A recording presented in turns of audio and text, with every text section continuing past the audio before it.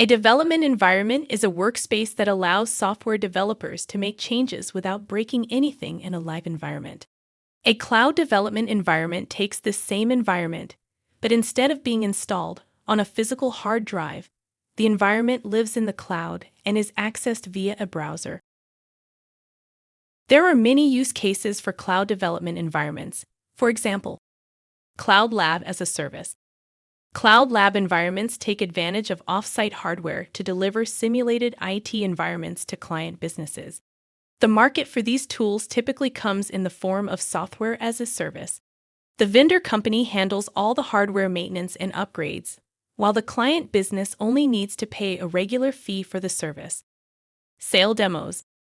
The best way for a new client or business to understand the value of your product is to let them try it out for themselves in a simulated environment.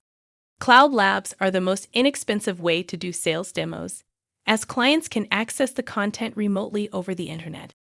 Cloud Sandbox Service. When it comes to software development and testing, ensuring that your product works on a variety of platforms and operating systems is vital. Instead of setting up individual environments physically, you can simulate each one using cloud sandbox environments.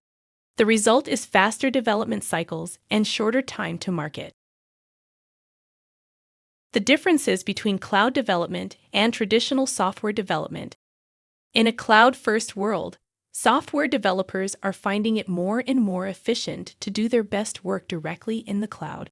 Traditionally, applications and business tools were developed, built and tested on a physical computer, and run on local servers. For SaaS companies, in-cloud development makes a lot of sense.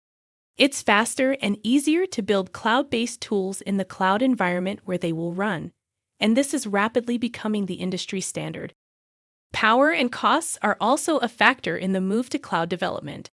The cost of the cloud has fallen, and coupled with that, the level of complexity that developers are using in their work requires more compute power than might be available if working from a standard computer.